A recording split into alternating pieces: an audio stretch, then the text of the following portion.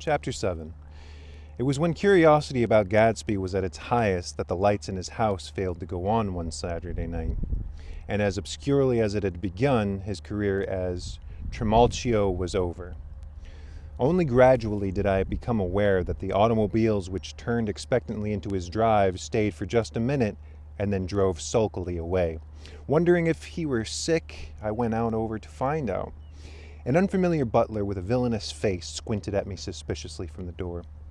"Is Mr. Gatsby sick?" "Nope." After a pause he added, "Sir," in a dilatory, grudging way. I hadn't seen him around and I was rather worried. Till Mr. Carroway came over. "Who?" he demanded rudely. Carroway. All right, I'll tell him. Abruptly he slammed the door.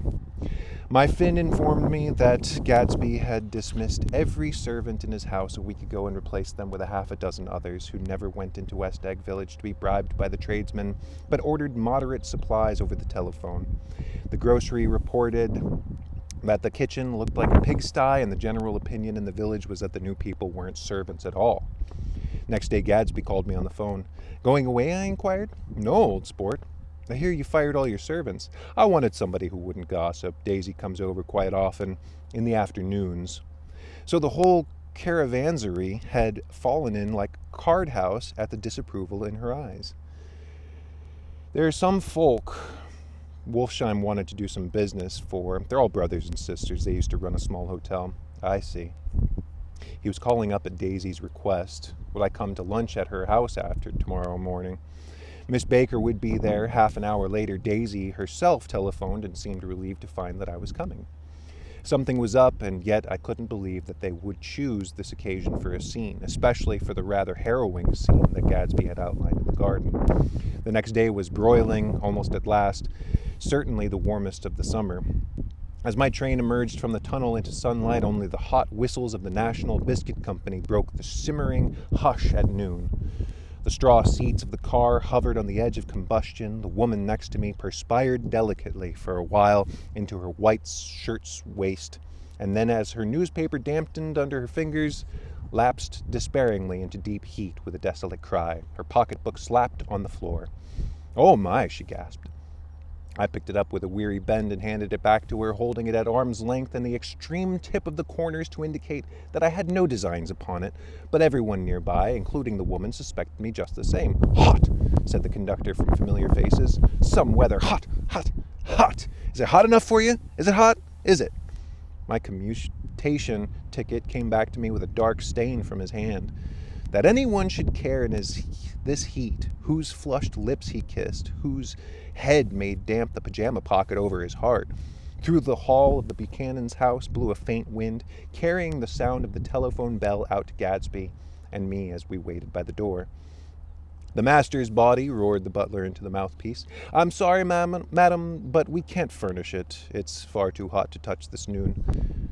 What he really said was, yes, I'll see. He set down the receiver and came toward us, glistening slightly, to take our stiff straw hats. "Madam expects you in the salon," he cried, needlessly indicating the direction. In this heat, every extra gesture was an affront to the common store of life. The room, shadowed well with awnings, was dark and cool. Daisy and Jordan lay upon an enormous couch like silver idols weighing down their own white dresses against the singing breeze of the fans. "We can't move," they said together. Jordan's fingers, powdered white over their tan, rested for a moment in mine. "And Mr. Thomas Buchanan, the athlete?" I inquired. Simultaneously, I heard his voice, gruff, muffled, husky, at the hall telephone. Gatsby stood in the center of the crimson carpet and gazed around with fascinated eyes. Daisy watched him and laughed, her sweet, exciting laugh. A tiny gust of powder rose from her bosom into the air. "The rumor is," whispered Jordan, "that's Tom's girl on the telephone." We were silent.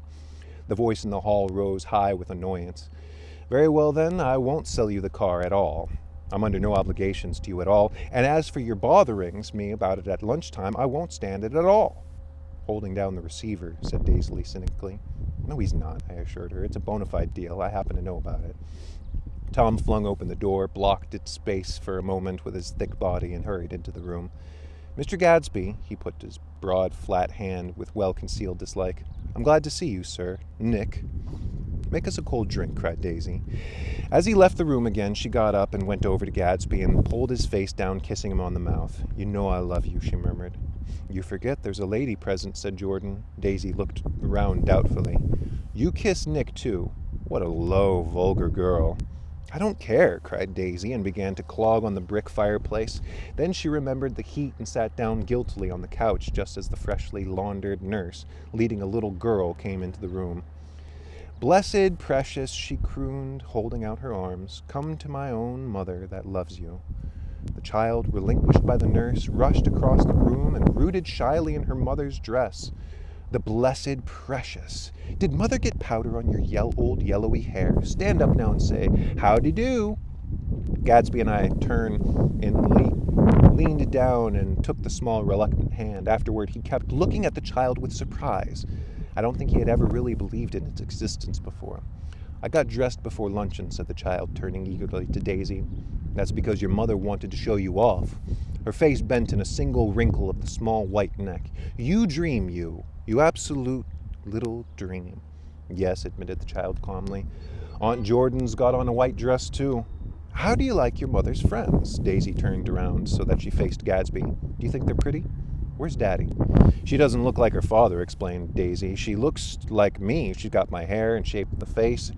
Daisy sat back on the couch. The nurse took a step forward and held out her hand. Come, Pammy. Goodbye, sweetheart. With a reluctant backward glance at the well-disciplined child, held to her nurse's hand and was pulled out the door just as Tom came back, preceding 4 gin rickeys that clicked full of ice. Gadsby took up his drink. They certainly look cool, he said, with a visible tension. We drank in long, greedy swallows. I read somewhere that the sun's getting hotter every year, said Tom genially. It seems that pretty soon the Earth's going to fall into the sun, or wait a minute, it's just the opposite. The sun's getting colder every year. Come outside, he suggested to Gadsby. I'd like you to have a look at the place. I went with them out at the veranda. On the green sound, stagnant in the heat, one small sail crawled slowly toward the fresher sea. Gadsby's eyes followed it momentarily. He raised his hand and pointed across the bay. I'm right across from you. So you are. Our eyes lifted over the rose beds and the hot lawn on the weedy refuse of the dog days along shore. Slowly the white wings of the boat moved against the blue, cool limit of the sky. Ahead lay the scalloped ocean and the abounding blessed isles. There's sport for you, said Tom, nodding. I'd like to be out there with him for about an hour. We had luncheon in the dining room, darkened to against the heat, and drank down nervous gaiety with the cold ale. What'll we do with ourselves this afternoon? Cried Daisy. And the day after that, and the next 30 years. Don't be morbid, Jordan said. Life starts all over again when it gets crisp in the fall. But it's so hot, insisted Daisy on the verge of tears, and everything's so confused. Let's all go to town. Her voice struggled on through the heat, beating against it, molding its senselessness into forms. I've heard of making a garage out of a stable, Tom was saying to Gadsby, but I'm the first man who ever made a stable out of a garage. Who wants to go to town? Demanded Daisy insistently. Gadsby's eyes floated toward her. Ah, she cried, you look so cool. Their eyes met, and they stared together at each other. Alone in space, with an effort she glanced down at the table. You always look so cool, she repeated. She had told him that she loved him, and Tom Buchanan saw. He was astounded. His mouth opened a little, and he looked at Gadsby, and then back at Daisy, as if it had just recognized her as someone he knew a long time ago. You resemble the advertisement of the man, she went on innocently. You know the advertisement of the man. All right, broke in Tom quickly. I'm perfectly willing to go to town. Come on, we're all going to town. He got up, his eyes still flashing between Gadsby and his wife. No one moved. Come on, his temper cracked a little. What's the matter now? If we're going to town, let's start. His hand, trembling with his effort at self-control, bore to his lips the last of his glass of ale. Daisy's voice got to us for our feet and out in the blazing gravel drive. Are we just going to go, she objected, like this? Aren't we going to let anyone smoke a cigarette first? Everybody smoked all through lunch. Oh, let's have fun, she begged. It's too hot to fuss. He didn't answer. Have it your own way, she said. Come on, Jordan. They went upstairs to get ready while the 3 men stood there shuffling the hot pebbles with our feet. A silver curve of the moon hovered already in the western sky. Gadsby started to speak, changed his mind, but not before Tom wheeled and faced him expectantly. Pardon me? Have you got your stables here? Asked Gadsby with an effort. About a quarter of a mile down the road. Oh, pause. I don't see the idea of going to town, broke out Tom savagely. Women get these notions in their head. Shall we take anything to drink? Called Daisy from an outdoor window. I'll get some whiskey, answered Tom. He went inside. Gatsby turned to me rigidly. I can't say anything in this old house, old sport. She's got an indiscreet voice, I remarked. It's full of... hesitated. Her voice is full of money, he said suddenly. That was it. I'd never understood it before. It was full of money. That was the inexhaustible charm that rose and fell in it. The jingle, the cymbal song of it, high in a white palace, the king's daughter, the golden girl. Tom came out of the house wrapping a quart bottle in a towel, followed by Daisy and Jordan wearing small tight hats of metallic cloth and carrying light capes over their arms. Shall we all go in my car? Suggested Gatsby. He felt the hot green leather of the seat. I ought to have left it in the shade. Is it standard shift? Demanded Tom. Yes. Well, you take my coupe and let me drive your car to town. The suggestion was distasteful to Gatsby. I don't think there's much gas, he objected. Plenty of gas, said Tom boisterously. He looked at the gauge. And if it runs out, I can stop at a drugstore. You can buy anything at a drugstore nowadays. A pause followed this apparently pointless remark. Daisy looked at Tom, frowning, and an indefinable expression, at once definitely unfamiliar and vaguely recognizable, as if I had only heard it described in words, passed over Gatsby's face. Come on, Daisy, said Tom, pressing her with his hand toward Gatsby's car. I'll take you in this circus wagon. He opened the door, but she moved out from the circle of his arms. You take Nick and Jordan. We'll follow you in the coupe. She walked close to Gatsby, touching his coat with her hand. Jordan and Tom and I got into the front seat of Gatsby's car. Tom pushed the unfamiliar gears tentatively. And we shot off in the oppressive heat, leaving them out of sight behind. Did you see that? Demanded Tom. See what? He looked at me keenly, realizing that Jordan and I must have known all along. You think I'm pretty dumb, don't you? He suggested. Perhaps I am, but I have almost a second sight sometimes that tells me what to do. Maybe you don't believe that, but science... He paused. The immediate contingency overtook him, pulled him back from the edge of theoretical abyss. I've made a small investigation of this fellow, he continued. I could have gone deeper if I'd known. Do you mean you've been to a medium? Inquired Jordan humorously. What? Confused, he stared at us as we laughed. A medium? About Gatsby. About Gatsby? No, I haven't. I said I'd been making a small investigation into his past. And you found out he was an Oxford man, said Jordan hopefully. An Oxford man? He was incredulous. Like hell he is. He wears a pink suit. Nevertheless, he's an Oxford man. Oxford, New Mexico, snorted Tom contemptuously, or something like that. Listen, Tom, if you're such a snob, why did you invite him to lunch? Demanded Jordan crossly. Daisy invited him. She knew him before we were married, God knows where. We were all irritable now, with the fading ale, and aware of it, we drove for a while in silence. Then as Dr. T.J. Eckelberg's faded eyes came into sight down the road, I remembered Gadsby's caution about gasoline. We've got enough to get us to town, said Tom. But there's a garage right here, objected Jordan. I don't want to be stalled in this baking heat. Tom threw on both brakes impatiently as we slid into the abrupt, dusty stop under Wilson's sign. After the moment, the proprietor emerged from the interior of the establishment and gazed hollow-eyed at the car. Let's have some gas, cried Tom roughly. What do you think we stopped for, to admire the view? I'm sick, said Wilson without moving. Been sick all day. What's the matter? I'm all run down. Well, shall I help myself? Tom demanded. You sounded well enough on the phone. With an effort, Wilson left the shade in support of the doorway and, breathing hard, unscrewed the cap of the tank. In the sunlight, his face was green. I didn't mean to interrupt your lunch, he said, but I need money pretty bad, and I was wondering what you were going to do with your old car. How do you like this one? Inquired Tom. I bought it last week. It's a nice yellow one, said Wilson as he strained the handle. Like to buy it? Big chance, Wilson smiled faintly. No, but I could make some money on the other. What do you want money for all of a sudden? I've been here too long. I want to get away. My wife and I want to go west. Your wife does, exclaimed Tom, startled. She's been talking about it for 10 years. He rested for a moment against the pump, shading his eyes. And now she's going whether she wants to or not. I'm going to get her away. The coupe flashed by us with a flurry of dust and the flash of a waving hand. What do I owe you? Demanded Tom harshly. I just got wised up to something funny the last 2 days, remarked Wilson. That's why I want to get away. That's why I've been bothering you about the car. What do I owe you? $1.20. The relentless beating heat was beginning to confuse me, and I had a bad moment there before I realized that so far his suspicions hadn't alighted on Tom. He had discovered that Myrtle had some sort of life apart from him in another world, and the shock had made him physically sick. I stared at him, and then Tom, who had made a parallel discovery less than an hour before, and it occurred to me that there was no difference between men in intelligence or race so profound as the difference between the sick and the well.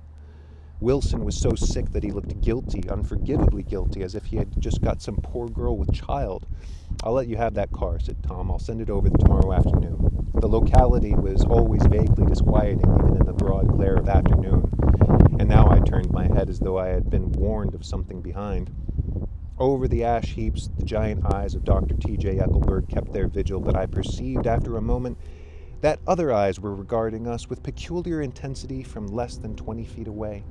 In one of the windows over the garage, the curtains had been moved aside a little, and Myrtle Wilson was peering down at the car. So engrossed was she that she had no consciousness of being observed, and one emotion after another crept into her face like objects into a slowly developing picture. Her expression was curiously familiar. It was an expression I had often seen on women's faces, but on Myrtle Wilson's face it seemed purposeless and inexplicable until I realized that her eyes, wide with jealous terror, were not fixed on Tom, but on Jordan Baker, whom she took to be his wife. There is no confusion like the confusion of a simple mind. As we drove away, Tom was feeling the hot whips of panic. His wife and his mistress, until an hour ago secure and inviolate, were slipping precipitously from his control. Instinct made him step on the accelerator with the double purpose of overtaking Daisy and leaving Wilson behind, and we sped along toward Astoria at 50 miles an hour until, among the spidery girders of the elevated, we came in sight of the easygoing blue coupe. "Those big movies around 50th Street are cool," suggested Jordan. "I love New York on summer afternoons when everyone's away. There's something very sensuous about it, overripe, as if all sorts of funny fruits were going to fall into your hands." The word sensuous had the effect of further disquieting Tom, but before he could invent a protest, the coupe came to a stop and Daisy signaled us to draw up alongside. "Where are we going?" she cried. "How about the movies?" "It's so hot," she complained. "You go. We'll ride around and meet you after." With an effort, her wit rose faintly. "We'll meet you on some corner. I'll be the man smoking 2 cigarettes. "We can't argue about it here," Tom said impatiently as a truck gave out a cursing whistle behind us. "You follow me to the south side of Central Park in front of the plaza." Several times he turned his head and looked back for the car, and if the traffic delayed them, he slowed up until they came into sight. I think he was afraid they would dart down the side street and out of his life forever.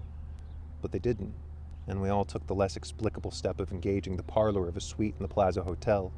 The prolonged and tumultuous argument that ended by herding us into the room eludes me, though I have a sharp physical memory that in the course of it my underwear kept climbing like a damp snake around my legs and intermittent beads of sweat raced cool across my back. The notion originated with Daisy's suggestion that we hire 5 bathrooms and take cold baths, and then assumed more tangible as a place to have a mint julep. Each of us said over and over that it was a crazy idea. We all talked at once to a baffled clerk and thought or pretended to think that we were being very funny. The room was large and stifling, and though it was already 4 o'clock, opening the windows admitted only a gust of hot shrubbery from the park. Daisy went to the mirror and stood with her back to us, fixing her hair. "It's a swell suite," whispered Jordan respectfully, and everyone laughed. "Open another window," commanded Daisy without turning it around. "There aren't any more." "Well, we'd better telephone for an axe." "The thing to do is to forget about the heat," said Tom impatiently. "You make it 10 times worse by crabbing about it." He unrolled the bottle of whiskey from the towel and put it on the table. "Why not let her alone, old sport?" remarked Gatsby. "You're the one that wanted to come to town." There was a moment of silence. The telephone book slipped from its nail and splashed to the floor, whereupon Jordan whispered, "Excuse me," but this time no one laughed. "I'll pick it up," I offered. "I've got it." Gatsby examined the parted string, muttered in an interested way, and tossed the book on a chair. "That's a great expression of yours, isn't it?" said Tom sharply. "What is?" "All this old sport business. Where'd you pick that up?" "Now see here, Tom," said Daisy, turning around from the mirror. "If you're going to make personal remarks, I won't stay here a minute. Call up and order some ice for the mint julep." As Tom took up the receiver, the compressed heat exploded into sound, and we were listening to the portentous chords of Mendelssohn's Wedding March from the ballroom below. "Imagine marrying anybody in this heat," cried Jordan dismally.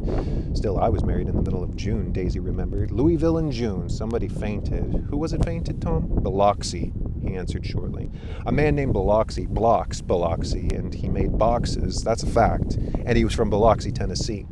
They carried him into my house," appended Jordan, "because he lived just 2 doors down from the church, and he stayed 3 weeks until Daddy told him he had to get out. The day after he left, Daddy died." After a moment, she added, as if she might have sounded irreverent, "There wasn't any connection." "I used to know Bill Biloxi from Memphis," I remarked. "That was his cousin. I knew his whole family history before he left. He gave me an aluminum putter that I use today." The music had died down as the ceremony began, and now a long cheer floated into the window, followed by intermittent cries of "yeah, eh, eh," and finally by a burst of jazz as the dancing began. "We're getting old," said Daisy. "If we were young, we'd rise and dance. Remember Biloxi, Jordan?" "Where'd you know him, Tom?" "Biloxi?" He concentrated with an effort. "I didn't know him. He was a friend of Daisy's." "He was not," she replied. "I'd never seen him before. He came down in the private car." "Well, he said he knew you. He said he was raised in Louisville. Asa Bird brought him around at the last minute and asked if he had room for him." Jordan smiled. "He was probably bumming his way home. He told me he was president of your class at Yale." Tom and I looked at each other blankly. "Biloxi? First place, we didn't have any president." Gatsby's foot beat a short, restless tattoo, and Tom eyed him suddenly. "By the way, Mr. Gatsby, I understand you're an Oxford man?" "Not exactly." "Oh, yes, I understand you went to Oxford." "Yes, I went there." A pause, then Tom's voice, incredulous and insulting. "You must have gone there about the time Biloxi went to New Haven." Another pause. A waiter knocked and came in with crushed mint and ice, but the silence was unbroken by his "thank you" and the soft closing of the door. This tremendous detail was to be cleared up at last. "I told you I went there," said Gatsby. "I heard you, but I'd like to know when." "It was 1919. I only stayed 5 months. That's why I can't really call myself an Oxford man." He glanced around to see if he knew his unbelief, but we were all looking at Gatsby. "It was an opportunity they gave to some of the officers after the armistice," he continued. "We could go to any of the universities in England or France. I wanted to get up and slap him on the back. I had one of those renewals of complete faith in him that I'd experienced before." Daisy rose, smiling faintly across the table. "Open the whiskey, Tom," she ordered, "and I'll take you a mint, Jordan. Then you won't seem so stupid to yourself. Look at the mint." "Wait a minute," snapped Tom. "I want to ask Gatsby one more question." "Go on," Gatsby said politely. "What kind of row are you trying to cause in my house?" We were all in the open at last, and Gatsby was content. "He isn't causing a row." Daisy looked desperately from one to the other. "You're causing a row. Please have a little self-control." "Self-control," repeated Tom incredulously. "I suppose the latest thing is to sit back and let Mr. Nobody from nowhere make love to your wife. Well, if that's the idea, count me out." Nowadays, people begin by sneering at family and life and family institutions. Next, they'll throw everything overboard and have intermarriage between black and white. Flushed with his impassioned gibberish, he saw himself standing alone on the last barrier of civilization. "We're all white here," murmured Jordan. "I know I'm not very popular. I don't have big parties. I suppose you've got to make your house a pigsty in order to have any friends in the modern world." Angry as I was, as we all were, I was tempted to laugh whenever he opened his mouth. The transition from nicotine to prig was so complete. "I've got something to tell you, old sport," began Gatsby, but Daisy guessed at his intention. "Please don't," she interrupted. "Please, let's open. Why don't we all go?" "That's a good idea." I got up. "Come on, Tom, nobody wants a drink." "I want to know what Mr. Gatsby has to tell me." "Your wife doesn't love you," said Gatsby. "She's never loved you. She loves me." "You must be crazy," exclaimed Tom unmanly. Gatsby sprang to his feet, vivid with excitement. "She never loved you, do you hear?" he cried. "She only married you because I was poor, and she was tired of waiting for me. It was a terrible mistake, but in her heart she never loved anyone except me." At this point, Jordan and I tried to go, but Tom and Gatsby insisted that the competitiveness and firmness that we were made, as though neither of them had anything to say. Privileged to partake by sitting down as Tom "What's been going on? I want to hear all about it." "I told you what's been going on," said Gatsby. "Going on for 5 years, and you didn't know." Daisy sharply. "You've been seeing this fellow for 5 years?" "Not seeing," said Gatsby. "No, we couldn't meet. But both of us loved each other all the time, old sport, and we didn't know. I used to laugh sometimes, but there was no laughter in my eyes. To think that you didn't that's all. Tom tapped his thick fingers together like a clergyman, leaned back in his chair. "You're crazy," he exploded. "I can't speak about what happened 5 years ago because I didn't know Daisy then, and I'll be damned if I see how you got within a mile of her unless you brought the groceries to the back door. But all the rest of that's a goddamn lie. Daisy loved me when she married me, and she loves me now." "No," said Gadsby, shaking his head. "She does, though. The trouble is that sometimes she gets foolish ideas in her head and doesn't know what she's doing."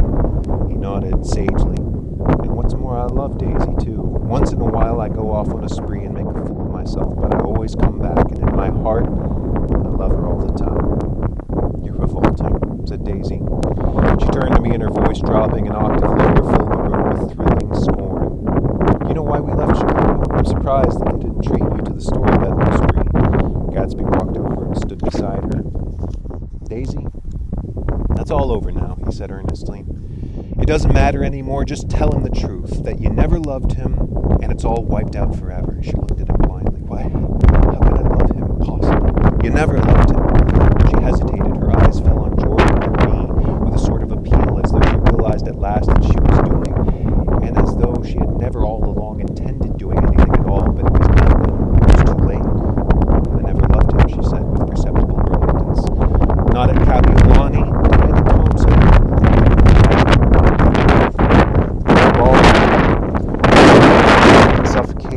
Suffocating chords were drifting up on hot waves of air. "Not that I carried you down to the punch bowl to keep your shoes dry." There was a husky tenderness in his tone. "Daisy?"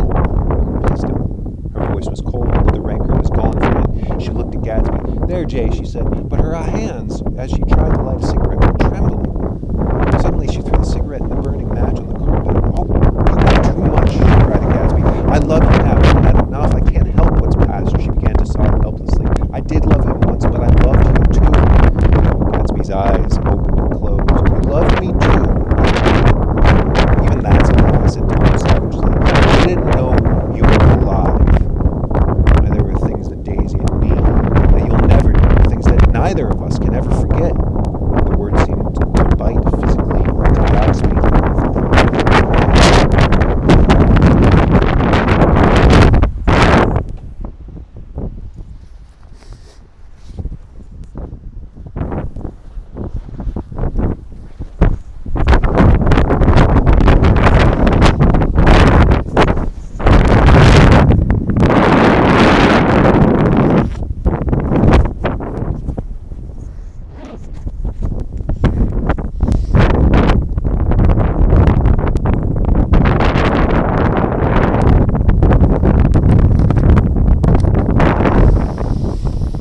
"I want to speak to Daisy alone," he insisted. "She's all excited now. Even alone, I can't say I never loved Tom." She made a pitiful voice. "It wouldn't be true." "Of course it wouldn't," agreed Tom. She turned to her husband.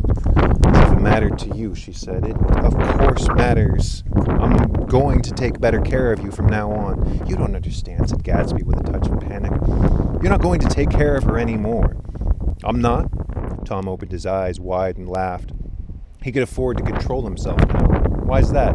"Daisy's leaving me." "No, that's sensible." "I am, though," she said with a visible effort. "She's not leaving me." Jordan suddenly leaned down over Gadsby.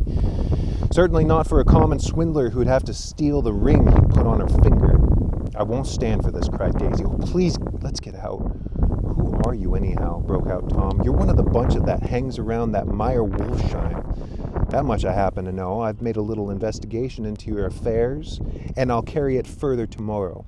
"You can suit yourself about that, old sport," said Gadsby steadily. "I found out where your drugstores were." He turned to us and spoke rapidly. "He and this Wolfsheim brought up a lot of side street drugstores here and in Chicago and sold grain alcohol over the counter. That's one of his little stunts. I picked him for the bootlegger that first time I saw him, and I wasn't far wrong." "What about it?" said Gadsby politely. "I guess your friend Walter Chase wasn't too proud to come in on it." "And you left him in the lurch, didn't you? You let him go to jail for over a month over in New Jersey. God, you ought to hear Walter on the subject of you. He came to us dead broke. He was very glad to pick up some money, old sport." "Don't you call me old sport," cried Tom. Gadsby said nothing. "Walter could have had you up on the betting laws, too, but Wolfsheim scared him into shutting his mouth. That unfamiliar yet recognizable look was back again in Gadsby's face. "That drugstore business was just small change," continued Tom slowly. "But you've got something on now that Walter's afraid to tell me about." I glanced at Daisy, who was staring terrified between Gadsby and her husband, and at Jordan, who had begun to balance an invisible but absorbing object in the tip of her chin. Then I turned back to Gadsby, and he was startled as his expression. He looked, and this is said in all contempt for the babbled slander of his garden, as if he had killed a man. For a moment, he said his face could be described in just that fantastic way. It passed, and he began to talk excitedly to Daisy, denying everything, defending his name against accusations that had not been made. But with every word, she was drawing further and further into herself, so he gave that up, and only the dead dream fought on as the afternoon slipped away, trying to touch what was no longer tangible, struggling unhappily, undespairingly toward that lost voice across the room. The voice begged again to go. "Please, Tom, we can't stand this anymore." Her frightened eyes told that whatever intentions, whatever courage she had had were definitely gone. "You two start on home, Daisy," said Tom, in Mr. Gadsby's car. She looked at Tom, alarmed now, but he insisted with magnanimous scorn. "Go on. He won't annoy you. I think he realizes that his presumptuous little flirtation is over." They were gone without a word, snapped out, made accidental, isolated like ghosts, even from our pity. After a moment, Tom got up and began wrapping the unopened bottle of whiskey in the towel. "Want any of this stuff, Jordan? Nick?" I didn't answer. "Nick?" he asked again. "What? Want any?"